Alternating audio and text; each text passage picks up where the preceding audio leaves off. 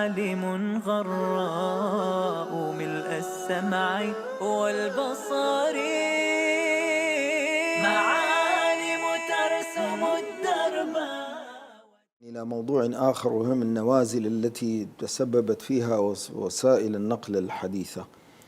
بعض الناس قد يصوم ثم يشرع في سفر في أثناء النهار، وكلما مضت به الطائرة فإن الشمس في وجهه. نعم، في شروق. وماذا هذا يصنع؟ صحيح. نحن حصلت لنا، أنا صمت مرة من المرات 23 ساعة.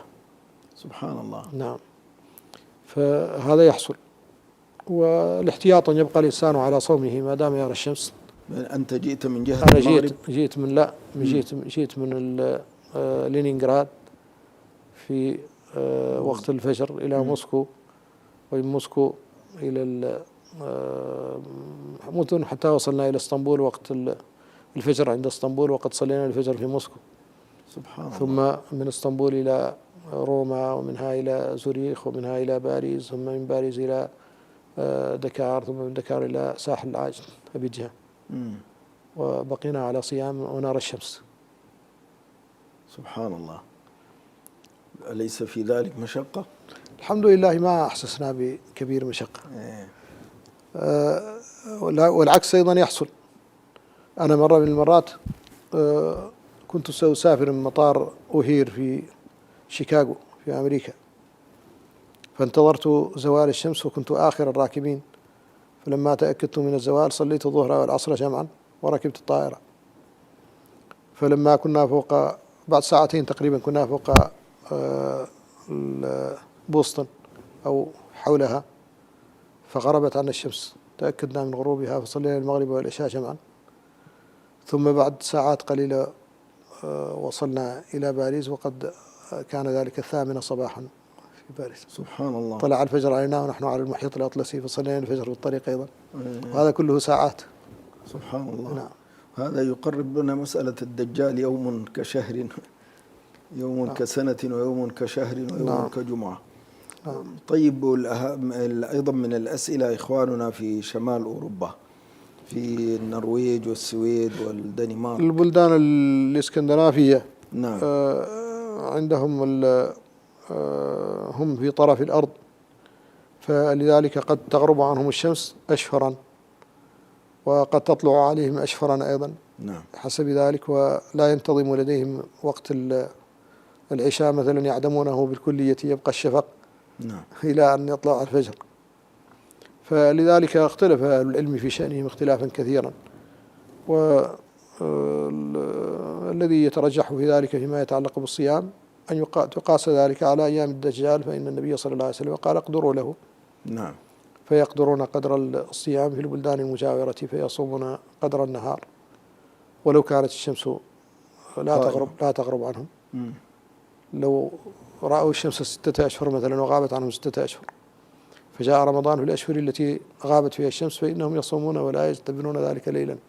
وكذلك في حال الأشهر التي لا تغيب فيها الشمس، فإنهم أيضا يصومون ويفطرون والشمس بادية، يعني بحسب أقرب البلاد التي فيها ليل ونهار. نعم. طيب، لكنهم يشتكون أيضا من أن رمضان يأتيهم في فصل الصيف، وقد يمتد بهم الصيام إلى 22 ساعة أو 23 ساعة.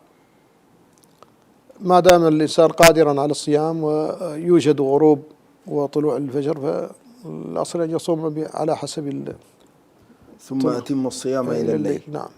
ولو كان في ذلك مشقة يعني معتادة. ولو كان في مشقة معتادة، نعم. نعم. ومن عجز حينئذ يفطر، إذا يكون كمن عجز في البلدان الأخرى وأفطر.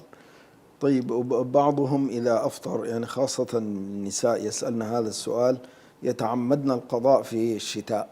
لا حرج في ذلك. لا حرج. لا أبدا. حيث يكون النهار ربما 5 نعم. ساعات. الصوم في الشتاء غنيمة باردة كما نعم. قال رسول الله صلى الله عليه وسلم. لكنه قضاء. لا حرج. يجزي. نعم. طيب سماحة الشيخ، أيضا بعض الناس يقول بأنه ربما يكون في بلد فيفطر إذا غربت الشمس، ثم يركب الطائرة والشمس أمامه. هل يلزمه أن يعود ممسكا؟ لا يلزمه ذلك، أنه قد صلى ولا يلزمه صلاة أخرى. نعم، مثلا كالذي حصل لكم. أي نعم. نعم. والعكس أيضا صحيح، لو صلى الفجر في مكان وعقد نية الصيام ثم أقلعت الطائرة فإذا الليل، لا يحل له أن يفطر من جديد، بل يبقى على صيامه حتى نعم. نعم. يقدر قدره. نعم. طيب نرجع إلى مسألة أيضا هذه فيها قضية من صام مع أهل بلد تأخر صيامهم فصام معهم 28 يوما وسافر في آخر رمضان فجاء إلى بلد رؤيته سابقة فأفطروا على 28 يوما. نعم. فإنه يفطر مع أهل ذلك البلد ويقضي يوما، يعتبره عيدا له، يعتبر عيدا وأنه أفطر من البداية. نعم. والعكس أيضا إذا صام في بلد ثم سافر إلى بلد أهله لم يصوموا في ذلك اليوم، فأصبح اليوم 30 عنده 31 بقي هو اليوم 30 عند أهل البلد، فله أن يفطر لكن يكتم إفطاره ولا يعلنه للناس ليدفع قالة السوء عن نفسه. نعم. نعم. طيب سماحة الشيخ، وطبعا هنا أذكر بقضية سابقة تتعلق بقضايا الطبية التي كنت فيها، قضية التنويم، كثير من الناس يسألون عنه، تبنيج. نعم. تخدير. نعم. فإنه إذا كان قبل طلوع الفجر فالإنسان مفطر. نعم. وإذا كان أصبح صائما ثم بنج في النهار وخدر فلا يضره ذلك. الكلام الآن عن التخدير الكلي. التخدير الكلي، أما التخدير الجزئي ما يضر أصلا، نفس الشيء. نعم. يعني الوعي باقي. نعم. هذا محله إذا كان بالبخار الذي يبخر في نعم. نعم. يعني طيب فقدان الوعي بغير التخدير نفس الشيء. بالنسبة ابن عمر كان يغمى عليه في النهار في الصيام فيستمر على صيامه ولو استغرق أغلب النهار، ولو استغرق قدرا من الصيام صحيح. الصيام صحيح. نعم.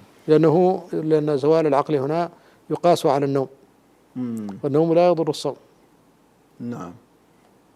وما يرونه من أن نوم الصائم عبادة. هو عموما هو الصوم نفسه هو عبادة تشبه عبادة الملائكة للاستمرار الذي فيها. نعم. فهو حتى ولو كان نائما هو على عبادة وهي عبادة الصوم. صحيح.